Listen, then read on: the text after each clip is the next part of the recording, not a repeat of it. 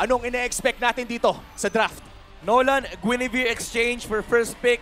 Pero you have to also look into the support matchup. Suns has been 100% successfully winning his games on his top 4 heroes. Nandiyan yung Valentina, yung Novaria, yung Gusion, and yung kanyang Kadita. Oo nga pala, isa sa mga kailangan din natin i-consider yun. Ang kinagandaan dito is magiging matchup niya with the Few kasi sila yung... Pwede natin sabihin na pwede maglabas din si Few ng mga kakaibang heroes. Actually, parang same sila na pwede mga gamitin, no? Yeah. In terms of their playstyle. Parang kontrahan na lang talaga. Ito yung pinakamalaking tanong eh. Kung ibibigay ba yung Nolan or kukuhanin ng AP Bren? Kasi sila yung unang... Sila yung first blue pick sila, side eh. first pick sila.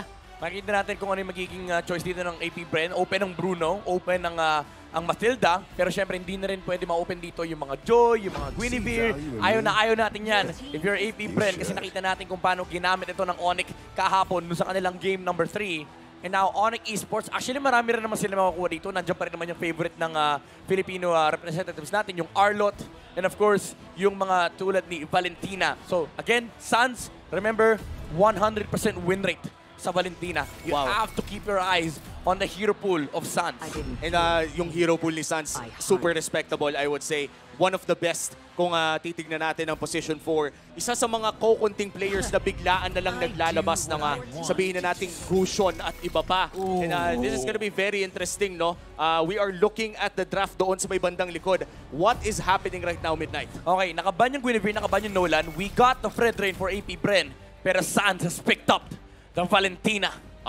Oo nga pala, nilatag kanina ni Midnight yung stats 100%, right? Oo. Para dito sa Valentina. So parang priority din ngayon ng AP Bren yung mga usual. Well, mataas din naman kay KLTZ yung yung Fredrin. To be fair, yung 100% medyo deceptive na kasi hindi pa naman talaga natatali Onyx. Pero ganun kabigat yung presensya ng mga heroes dito. Lalo kapag specialty talaga, yung favorite na ginagamit ng mga players, specifically on the side of Onyx. Kasi kilala sila as the best players in terms of mechanical skills sa Indonesia. At hindi lang yung mga micro na pinapakita nila, kundi yung killer instinct. Katulad na lamang ng mga nakita natin mula kay Kiboy doon sa Tigreal pick niya. Pero mukhang ang first 3 picks ng AP Bren ay ang Fredrin, Matilda, at kasabayan nun ay Brody na mapupunta sa kamay ni Super Marco. This time around, medyo mababa yung prioritization sa mga Claude, sa mga carry, dahil kailangan mo talaga makipagsabayan ng early game laban dito sa Onyx Esports. And I feel like kaya naging Brody rin yung choice kasi it's a gold laner na kayang tumapat sa Bruno, and medyo decent rin naman yung kanyang capability pagdating sa mid-game. And ang kinakita dito is, compared to the Bruno, mas malakas ang teamfight presence si Brody. Oh wow, Tigreal ang magiging pick ng side ng Onyx Indonesia. And this is their first 3 picks. May Deroth, Tigreal, at pati na rin yung Valentina nabanggit nyo. Talagang pinractice ng Onyx yung Tigreal kasi sila din yung una naglabas nito this tournament. Na ginulat nila lahat na pwede at gana pala. Yeah. This is a very different variation from the draft that we saw yesterday. For one, nasa red side ang Onyx Esports. Kahapon, nasa red side ng Bren, ang AP Bren. And kaya nga naman nakuha ng Onyx 3 beses yung Nolan. Pero Onyx, so it feels like they have prepared for this draft of AP Bren. Even though yung Deroth ay medyo talagang telegraph dahil may Fredrin din si Kyle TZ dito. Pero ang kinaganda kasi dito sa Deroth is you don't know where it's coming from. It could come from the XP, it could come from the jungle. That is true. Isa sa mga flex picks na nagamit na rin ni Kyrie. Though hindi naging sobrang effective ng ginamit ni Kyrie to with a full damage build on the D-Roth ay talagang nahirapan pa rin ang kanilang mga kalaban, especially with the micro mechanics na pinag-usapan natin. Last bands para sa side ng Onyx and AP Bren. Mukhang XP laners ang kanilang tinatanggalan. Yeah, kailangan mo tanggalin yung Khalid ni Boots. This has been very destructive for a lot of the teams that face against Onyx. Kasi number 1, ang taas ng kanyang physical damage. It's very hard to deal with in the lane kasi konti na talaga yung mga laners, yung mga XP laners na kayang tumapat sa Khalid, yung mga Pakito. Pero looking at the bands of Onyx, sila rin kasi nagtanggal yung Pakito. So this is full respect coming now from AP Bren na even though may Deroth, pwede kasi i-flexen sa jungle, and nakita natin yan from Kyrie nung ginamit nila yung laban sa Blacklist International. Lilia as well, removing some of the hero pool ni Few dito. Although meron pa namang mga Novaria, kasi wala na rin yung Faramis dito, tinanggal din ng Onyx yan. But still, this is Onyx showing na, okay, mag-Novaria ka, handa kami dyan. Tsaka dito, makikita natin para sa side ng Onyx, mataas din yung respeto talaga nila kay Few. Kasi ito yung mga heroes na pag nahawakan ni Few, alam mo na magiging threat para sa kanila. So ngayon for AP Bren, parang pinafocus sila ngayon, tama ba, is more on the XP lanes. Yeah. Para ma-force din di ba pag tinanggal mo yung ma-force din na parang medyo malimit kung saan mapupunta yung Diroth dito. Parang hindi siya masyadong magiging flex na hero. For the longest time, ganito yung style ni Coach Sheb in Onyx Esports. Na parang may mga pinaluluso talaga sila and they are ready and specifically equipped to deal with those set of heroes. And I feel like dito sa ginagawa ng Onyx, no, talagang yung flex nung Diroth and pati na rin nung again, yung lalabas na potential explainer or jungle ay nagiging fundamental sa kanilang approach laban dito sa Fredrin and Brody ng AP Bren. That's why this fourth pick might just be a marksman para maitago talaga nila yung role ng Diroth. So I think, nakatanggal na naman yung Bruno pero nandiyan pa rin naman yung Beatrix ni Chewe or yung Claude na sinasabi nating matagal ng talagang favorite na favorite din ng Indonesia, especially now that Claude has actually been, is experiencing a very high win rate. Oh, that's true. Grabe nga yung nakikita natin kay Claude ngayon. No? Masasabi nating isa sa mga nagiging priority pick sa gold lane. Ayun na. At mukhang yan nga ang kanilang kukunin. And comfort pick to, parehas ni Super Marco pati na rin ni Chewe. Yeah, talagang may mastery and specialty rin ng mga magkabilang gold laners. Pero again, AP Bren does have the upper advantage pagdating sa gold lane matchup. Pero we've seen adjustments come out from Claude players so, na hindi nirarush yung DHS, binibili lang yung leg plates, and nakakalabas sila ng laning stage na medyo masaya yung kanilang buhay. And ang kinagandaan dito sa side ng Onyx is that they are really focused on playing around the mid laners. Yung trio mid, yung tank, yung support, yung jungler, especially Kyrie. Kaya naman usually na itatawid talaga nila si Chewe pagdating ng mid to late game. But you are still in front of AP Bren na sobrang tindi mag-objective. Tsaka iniisip ko dito, yung Fredrin kasi parang pwede pang gawin na XP lane ng side ng Bren kasi ginagamit din siya ni Flap TZ. Pero ito na yung binabanggit ni Midnight There goes kanina. Novaria. Ayan na nga. Novaria. And Arlott probably. Oh! Oy! Thumbs! Something new. The Thamos locked in. Ang balibalita ko dito, hindi masyadong gumagana pero the Vengeance, I feel like that's something na pwede nating abangan. Well, it's a question of, do you put it on XP or do you put it on jungle? Oo. Pwede. Pwede siya. Gagana siya. Pero, syempre, si Coach Bren nga naman to at Bren Esports. Ang naglalabas ng Odette. Ang naglalabas ng mga kakaibang mga hero, fusion sa may middle lane. Yeah, Hindi na ako magugulat kung magiging effective to or biglang babaguhin nila ang role Tapos si ng Sieba. dalawang heroes. Tapos si Sieba mag-pick. They have an answer. They have an answer. And it's the Terizla. Okay. Casual matchup. Laban sa Tams. Very favorable for the Tams. Hindi naman siya ganun kasama. Pero actually masama pa rin yung matchup na yan. Lamang na lamang si Tamus dyan. Kasi hirap na hirap ang Terizla na makapag-clear ng wave laban sa napakasakit na early game damage ni Tams. Pero, again, it is really detrimental to their lineup to have this Diroth in a very successful position. Kasi kapag hindi, yung amount ng crowd control and damage yan ang gagaling sa EP Bren ay enough para wasakin yung early game momentum na pwedeng i-establish dito ng Onyx. Pero ang kinaganda naman sa lineup ng Onyx dito is that kapag static yung takbo ng game, masayang-masaya yung lineup nila. And grabe yung talagang suporta ng ating crowd dito, no? Nakikita na rin natin ang full 5 composition ng ating both squads here in game number 1. Again, this is a best of 7 series. 4 na panalo ang kailangan makuha ng isang team para makuha ang kampyonato ng M5. Womi, gusto ko nga pakiulit nga kung ilan best of ano?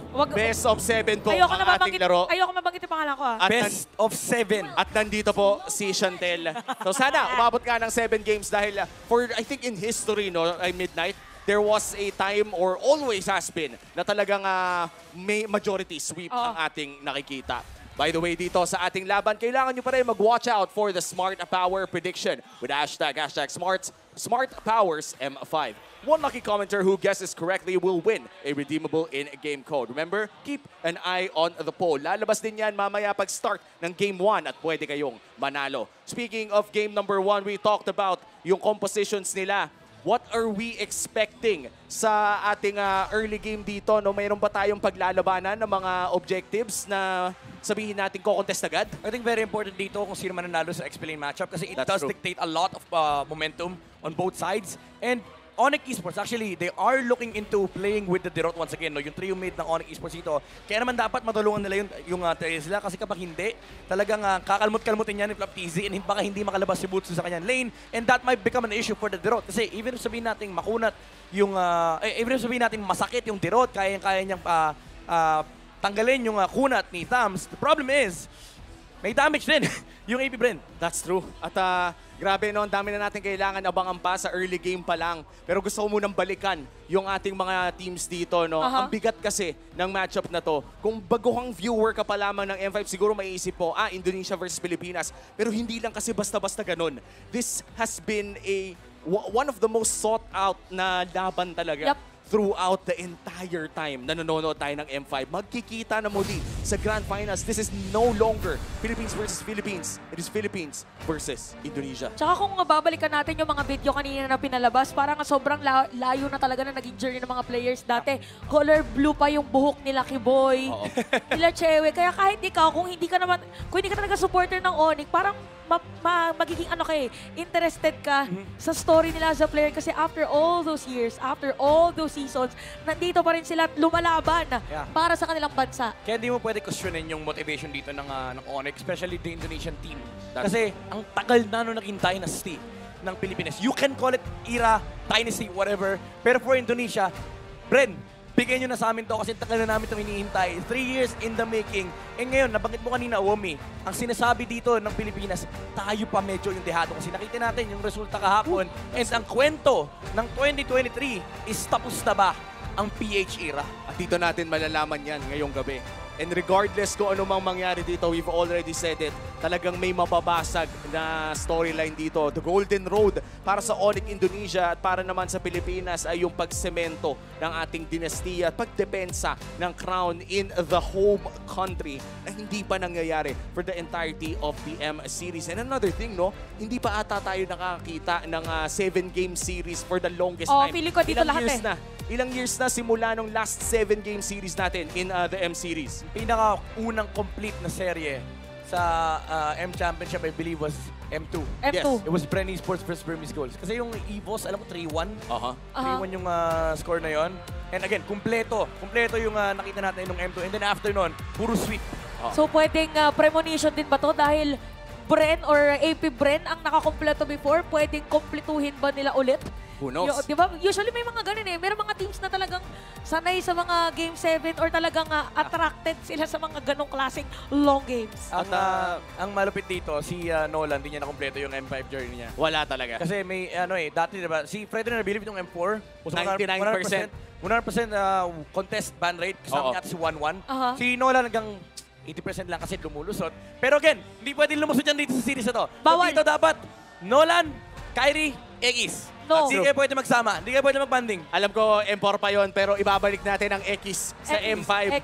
X ka muna, Kyrie. Pigilan yan. Bawal ang Nolan dahil nga napakalakas niya kung babalikan natin yung mga games na nakita natin kahapon. Yung mga Nolan games at hindi lang para kay Kyrie, no? Hindi ko re-respetuhin din naman ng Onyx ang sabihin na nating Kyle TZ special na Nolan. At nandito na nga tayo sa ating pinakaunang laro of this best of 7 series. Naghihiyawan na ang Hive at mga Sonics dito sa venue. At sana kayo din sa mga bahay niyo. Tapatan na! Ano ba ang ating napapansin ngayon? Again, yung ikot sa XP, no? Ramdam nung dalawang player, yung dalawang jungle reaction ng dalawang team. Sabi nila, okay, mainit tong XP matchup. Teresa versus Tams. Pero dito kasi magsisimula yung tempo ng laro. Especially that the first turtle, remember, is in the XP lane. So maging malaking factor to for both sides na makuha nila yung unang turtle. Kasi ito rin yung magdidictate kung for AP Bren, kaya ba nila labanan yung Tirot? Or for Onyx Esports, kung magagamit pa nila yung Tirot. Kung babalikan natin, para ginamit din ni Kyrie ng isang beses prior this game na naggamit siya. Kyrie tuloy matatawag ko sa Diroth. Pero talagang tinatry perfect. At speaking of positioning, mauna yata siya doon sa may bandang yon. And look at the zoning na ginagawa dito ng AP Bren against Kiboy. At sisimulan na nga ata ni Kyrie ang first turtle of the game. Pero makikita siya ni Ogwin at Kyle TZ with the reset as well. Aabangan natin kung sino nga ba ang kukuha nito. Pero 4 na tao mula sa Onyx ang magbabantay around that turtle area. Sabi kasi ni Midnight kanina, napaka-importante, early objectives. Ayan, 4 agad. Ginamit na rin dito ang Aspal Echo. And look at Boots. Wow! Papasok doon with the penalty zone. Halos wala mabuhay dito ang mga players ng AP Bren. And Kyrie will take that turtle. Flap TZ naghahanap pa rin, pero first blood ay mapupunta para sa side ng Onyx. Kyle TZ still alive. Si Boots naman ata ang susunod nila. Dalawa na wala para sa Onyx at si Boots nangangalati na lang ang buhay. Hindi na nga yan makakatakas pa. It's gonna be a double kill para dito kay Flap TZ. XP lane matchup, Tams. Lamang na lamang, you give out the turtle. Magandang play mula kay Kyrie, a besom strike. into the retribution. Napakagandang penalty zone din mula kay Boots. Pero after iba to lahat, pinagkakalmot sila nung Thamus. Oo, biglang dumating eh. Kaya naman pala, kasi yung Thumbs nga pala, if ever na ilabas niya, yung palakol niya, hindi ka na makakaalis pa. Oh, hindi ka na talaga makakaalis dahil sa nagkit. At rinig talaga natin. 2 kills pa lang ang napupunta. Hindi, 3 pa lang ang napupunta para sa side ng AP Bren ay naghihiyawan na. Pero tandaan natin, mahirap magkamali kapag Onyx Kalmado Esports na. ang kalaban. Pero malaking death yung kay Kyrie. Yung 1 death on the Dirot, it slows down the tempo and it also allows AP Bren to play very, very aggressive. Sumama na kakis Chewe, Ogwen. Okay, nakita natin dito, ginamit ng Circling Eagle. Tatlong tatamaan doon. Nangalahati ng konti yung shield ni Kyle TC. Kaya alis na lang muna at 2 kupunan. Kailangan nilang bagalan saglit. At nakikita natin si Few dito ay tumatama. Si Chewa magiging target nila. Pero alis na lang din habang si Kyrie nandun rin. Napakagandang pag-zone at paglalagay ng pressure for AP Bren at nakakalamang na nga ng 1,000 ang kupunan ng Pilipinas. At Onyx Esports, mukhang nahihirapan sila sa early game. Yeah, this is the downside of having a Dirot jungle. Kaya mong tapatan yung mga matchups, pero when it comes to high-paced lineups like this, na may damage, ay magkukulang ka talaga ng impact in the early game. Kaya naman di natin masyado nakikita yung presence ni Kyrie in this game. Kasi talagang hirap yung Onyx na makipagsabayan dito. Again, maraming crowd control, may damage din ng AP Bren, especially with the Tams. And dagdag pa natin dyan yung problema nila mamaya, yung vision na ibibigay ni Novaria. Now, Turtle, sisimulan ng AP Bren. This is Ayun na. the second Turtle of the game. At magtatapatan si Boots at pati na rin si Flap TZ. XP lane pa lang, kitang-kita mo na talaga na walang gusto magbigayan para dito sa ating 2 kupunan. Nandito yung mga pokes, si Ogwen kalahati yung buhay, and Kyrie's here as well. Same goes with Kyle T. Zaya. Si Kiboy, the set maker daw para sa Onyx naka-ready. But look at Kyle, kinakalaban ginamit na dito, Flap, TC at si Ogwen gagamitin ng Circling Eagle. Napakalayo ginamit na Flap yung TC! penalty zone. And look at you! Saktong-sakto, sumasargo na naman! Targeted ka, boy! Hindi mo ba alam? Nasintado yan si Few. Pero mukhang ang Turtle ay magpupunta na sa AP Bren. Napakaganda ng control ngayon ng AP Bren. Objective control mula sa AP Bren. First step, reset, laban, poke, hero focus, target down. And Onyx, again, hindi nila kaya sabayan yung damage output and yung control na binibigay ni Kyle TZ, ni Ogwen, and specifically the Tams with the Impure Rage. Napakahapde ni Flap TZ in the early game. Grabe, sugod lang ng sugod ang AP Bren. Hindi talaga nila bibigyan ng tsansa ang Onyx Esports na huminga ng gaano. Pero mukhang maaga-aga ang paglalabas ni Sans na kanyang TV. Oo, sabi niya kailangan niya kasi kumuha ng lakas eh. Lamang ngayon yung AP Bren eh. Confidence booster Kailangan niyang kasi. confidence booster muna. Kaso minsan placebo yan eh. Hanggang confidence lang talaga. Walang dating sa game eh. Oh, hindi nag-translate. Pero tingnan natin na dahil yung huli nga nilang laban, ay nagkaroon ng baliktaran pero parang hindi yatang gustong ibigay ng AP Bren ngayon dahil patuloy-tuloy lang ang pag-ikot ni Kyle TC at ni Ogwen. 3-man strong para sa AP Bren sa Kyle! itaas. Chewe, binabantayan. Mukhang wala nang makakakuha pa ng tore na yon kung di ang AP Bren. Onyx, makakadepensa naman sa kanilang goaltender. Hirap na hirap din talaga yung Onyx dito. Yung pressure lang na dinadala ni Kyle TZ, kahit hindi siya mapagamit ng spell, yung tayo lang ni Fredrin, nakakatakot na parang may attempt kagad na mawapatay ka. Tapos si Kyrie dito, hindi rin siya secure. Natalunan yung Fredrin kasi may guiding wind din palabas. So yung aggression na pwede sanang dalhin ng Onyx Esports, hindi rin nila malamdaman. Kasi aside from the fact na kaya sila iligtas ng Matilda, hindi nila makita kung nasaan yung Thumbs kanina. Kaya naman natatakot din sila humarap. Dahil kapag binalikan sila ng AP Bren, masasaktan sila, especially with Flap TZ. Having that corrosion sight, yung movement na inaasahan dito ng Onyx Esports, malilimit. Tapos may slow pa na nanggagaling mula kay Novaria. Grabe si Ogwen, oh. Napakasakit na ng mga wisp niya against the side of Onyx. Kaya naman pala hirap na hirap yung set maker daw ng side ng Onyx. Parang every time na sinasalubong siya, napapaalis si Kiboy. Kasi meron pang pwedeng na dumating na damage from AP Bren. At dadating na nga ang third turtle of the game. At mukhang si AP Bren na magkocontrol ng area na to.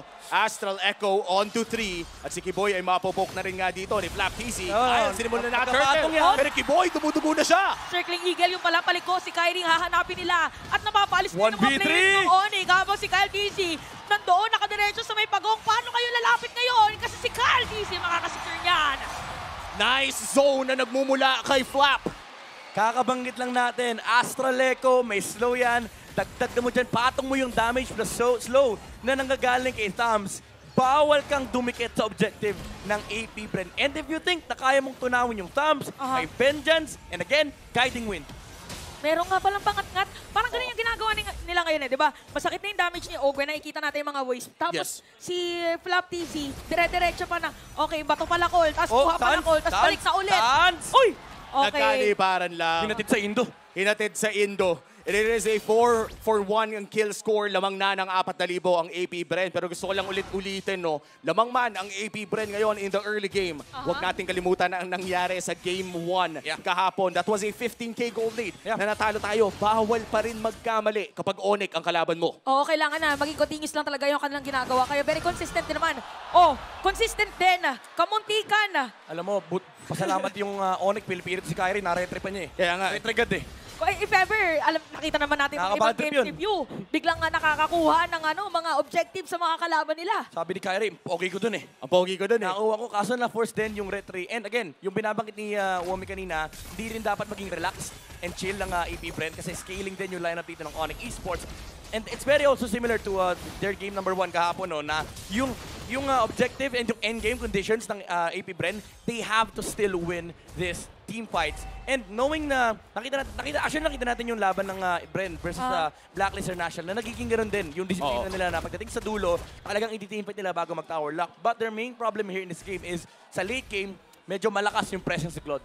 At yung Claude na to ay kailangan talagang i-pressure ng AP Bren ng tuloy-tuloy dahil alam natin si Chewe, regardless kung hindi makascore o ma-0-2, for some reason ay kumikita pa rin. Nakakahabol pa rin. Hindi talaga pwedeng mailitin ang Onyx Esports dito. Sisimulan na ng Onyx ang Lord. Si Boots ang hihila pero nandiyan na rin si Kyle. Si Sans! Si Sans! Saan ka daw pupunta? Kaya makapaalis na lang muna. Take note of the positioning of Kiboy dito sa ating team fight. Lalim. So hinahanap ngayon na kung nasan ibang mga players, sabi ng AP Bren, parang delikado, may nawawala, parang kakaiba yata ang ginagawa ng Onyx.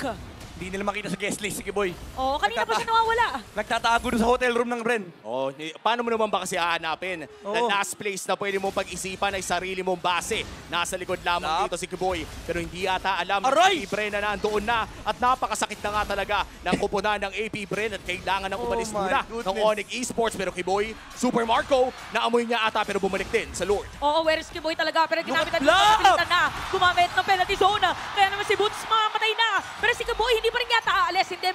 Hindi pa rin talaga aalis. Anong plano ng Onyx ngayon? Kasi AP Bren lamang pagdating sa gold at pwede nang sumula dito sa my Lord. This is Flap TZ versus Onyx with the support of Ogwen. Hindi nila mapasok yung thumbs. And grabe naman yung layering ng AP Bren. Masterful take. Pang-secure lang. Star Shatter, hindi pa nga napagamit ang retry si Kyle. First Lord secured para sa side ng AP Bren at papasok pa nga si Kyle TZ doon sa likod. Makakatore pa ata dito si Super Marco and that's another objective going to the hands of AP Bren. Tuloy-tuloy lang ang pag-aarangkada ng AP. Grabe, hindi makagalaw ngayon ang Onyx sa ginagawang pag-offense at pinaghalo to mala offense ang depensa yung ginagawa ng AP Bren kasi guarded din sila if ever na gumawa ng kakaibang play yung Onyx against them. Itong si Flap TZ talagang acting Bureau of Customs Totoo. Bawal pasukin yung Pilipinas Hindi lang bawal yan. masasalupay namin. Kumbaga parang malalapo-lapo na yung galawan. Pero imbis sila lapo-lapo, dinefend niya yung country pang Ito, depensa. inatake na niya, nasa dagat pa lang. Depensa Corona mode si Flap TZ. Ang sakit na dito ni Super Marco. Kanina pa tayo naka-highlight dun sa mga ibang players. Si Super Marco, okay lang na walang kill. Okay Marco? lang na 0. Pero meron naman maraming 0 yung damage niya. At ang sakit naman na kasi talaga ni Super Marco, no? At bukod pa dyan, si Flap TZ, sinabi niya sa interview, ano yun? Wala nang mawawala sa akin. Kahit sino mong itapat, tuturugin ko. At ginagawa niya ngayon yun. Kahit sino sa Onyx, kahit sinong humarap, tatalo na niya. Sabi niya, hindi ako nag-predict ngayon.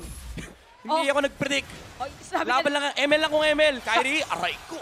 Ito na yung sinasabi natin na may damage na nga talaga si Super Marco at napakaganda ng pinapakita ngayon ng AP Bren. Parang kung ikaw yung Onyx, parang iisipin mo, hala, paano tayo dedepend sa mamaya?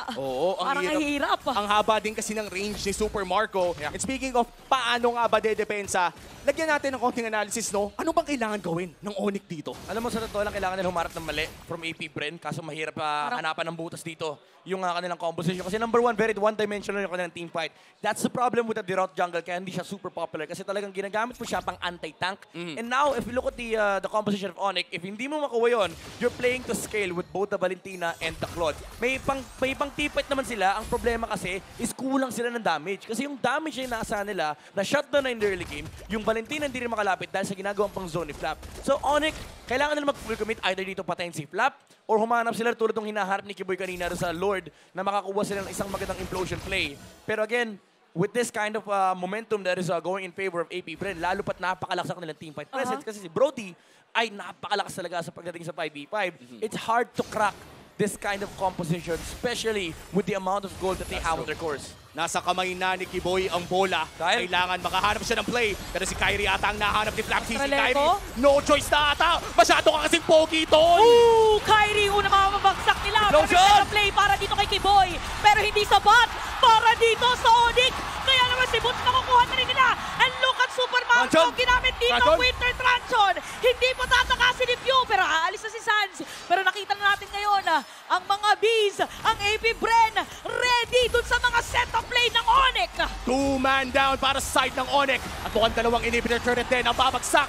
Tatapusin na ba agad ng AP Bren in 14 minutes? May kita natin ngayon, nagkabit ng PC. Isa-isang kinakagat! And game number 1 goes to AP Bren! 14-minute win para sa AP Bren. At game 1 pa lang yan. Oo nga pala, game 1 pa lang. Pero kita na natin ang disiplina, yung play na ipinapakita dito ng AP Bren. Woo! Onyx lacked the firepower. Meron silang star power. Pero at the end of the day, AP Bren had the better composition, better early game, better execution, better objective control. And they had the better performance in game number 1. I would say even better than great. Kasi sa mundo ngayon ng MLBB, na kung saan nagda-draft lang tayo around the meta heroes. Oo. Naglabas ka ng thumbs against Onyx Esports. And this is quite the achievement for AP Bren. Dahil kung babalikan natin ang knockout stage, never pang nanalo ang AP Bren against Onyx Esports. This marks their first victory over this team. Alam mo, parang ang ginawa lang dito ng AP Bren, kung babalikan kasi natin yung video or yung interview kay Coach Ducky, kailangan nilang magpahinga. Feeling ko pinahinga nila emotionally yung mga players nila para pagdating dito. Meron silang isa sa mga malalakas na kalaban. That's it, para prepare tayo emotionally. Grabe, kakaiba talaga ang energy ngayon dito. Game 1 pa lamang ito ng Best of 7 series. And it was a 14-minute game. Napakabilis talaga ng laro na yon. Talagang masasabi natin na isa yon sa mga pinaka-dominating victories ng AP Bren. Sa sobrang dominating ng game na yun, alam mo nangyari, isang beses lang ginamit ni Flap yung Vengeance. Oh! After that, talagang nakita natin na sobrang laki nun lamang ng AP Bren. And dito mo masasabi, Onyx had no business winning that game. Kasi talagang pinakita ng AP Bren, kahit anong gawin mo, lugi ka sa draft, lugi ka sa execution. Kaya naman natalo ang Onyx ng game number 1. And who would have thought, Thamos, no, nabanggit mo nga, puro meta picks tayo, tapos biglang may nilabas na Thamos. Feeling ko madami na ulit magtatamo sa RG eh. Oo. Pero kasi, ang ganda ng ginawa dito, parang yung concept niya, continuous kasi si Thams, diba pa nag-counteract Inferno, ayun, Inferno ang nangyari at bigay. At kung mabilis man ang Game 1, ay mabilis din ang Smart. It's Smart, still Philippines' best mobile network, having the fastest network and nationwide coverage in the country. Supported by Ookla of Speed Test Intelligence data for speed and coverage of Q1 to Q2 of 2023. You can enjoy the power of Smart when you switch to Smart without changing your number via mobile number portability or MNP. Visit smart.ph/switch to Smart to know more. Ang dami nating mapapanood pang laro dito. Hopefully, umabot nga ng Game 7. Game 1 pa lang yun, guys. Kung kakagising mo pa lang dahil kakaiba ang body clock mo, marami ka pang pwedeng mapanood. Yung mga body clock natin dito, parang ang katawan ko dito, hindi na ready na lang sa M5 eh. Ready ako hanggang game 7. I wanna see Ako ready din ako sa Game 7. Oo, ako rin eh. Ready rin ako sa Game 7 dito. Ready rin ang ating mga audience dito for Game 7 dahil nga ang dami nating nanonood. Guys, hindi nyo lang nakikita sa camera pero wala pong upuan na bakante. Yeah. Oo, dito. Kompleto lahat. Dito lang sa tabi namin. Pwede pa yata dito eh, feeling ko. Kailangan natin kasi nagre-react tayo eh. Ako kanina nabaliw ako eh. Nung talagang hinarapan na ni Flap, 1v3 eh. 1v3. Sa M5 Grand Finals. No chance at all. Wow, kakaiba talaga. At naririnig nyo na nga rin ang ating mga fans na nagsisigaw ng AP Bren. Nako, sayang wala ka dito. Sayang nga eh. Oo, pero kung nasaan ka man ngayon nanonood, sana ganito Teka lang, din ha? yung energy na nararamdaman nyo. And muli, that is just game number 1. Ang mga pumulit si Uwami, kasama ko dito si Chantel at si Midnight. Pupunta muna tayo in a short break o sa ating host para mag-explore ng M5.